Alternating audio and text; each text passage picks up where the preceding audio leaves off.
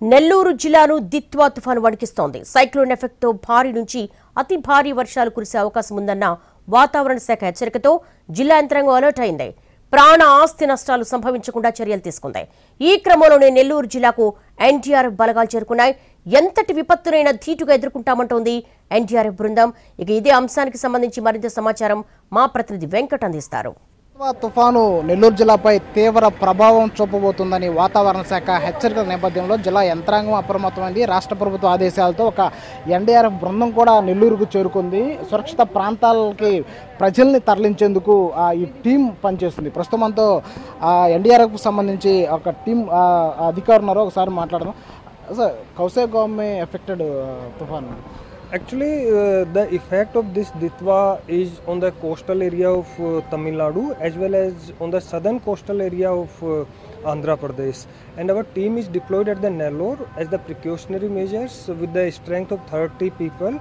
And we have the lady rescuers also to rescue the women and children. And we are expecting some heavy rainfall during the afternoon session of the day.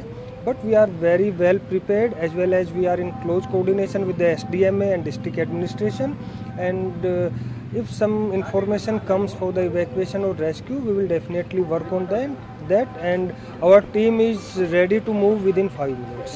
Thank you sir. అయితే తీర ప్రాంత గ్రామాలకు సంబంధించి ఎక్కువగా ప్రభావం ఉండే అవకాశాలు ఉన్నాయని చెప్పేసి చెప్తున్నారు. ఒకసారి మనం ఇంకొకరితో మాట్లాడదాం.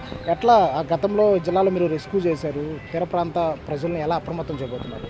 మేము ఆల్రెడీ నెల్లూరులో ఇంతకుముందు కూడా చాలాసార్లు మా టీము ఇక్కడ రెస్క్యూ ఆపరేషన్లో పాల్గొనడం జరిగింది. లాస్ట్ మంత్ కూడా మేము సంగం బ్యారేజ్ దగ్గర కూడా ఒక బోట్ని రెస్క్యూ చేసి తీసింది కూడా ఇదే టీము.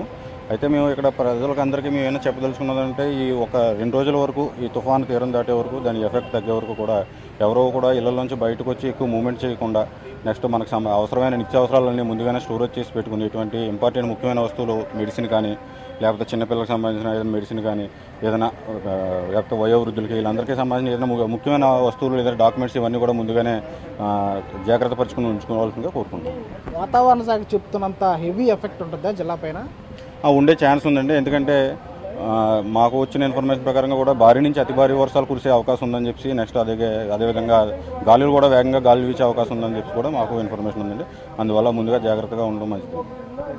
సో మొత్తంగా నెల్లూరు జిల్లాపై దిత్వా తుఫాను తీవ్ర ప్రభావం చూపబోతుందని చెబుతున్న నేపథ్యంలో ఎన్డీఆర్ఎఫ్ బృందం ఆల్రెడీ జిల్లాకు చేరుకుంది.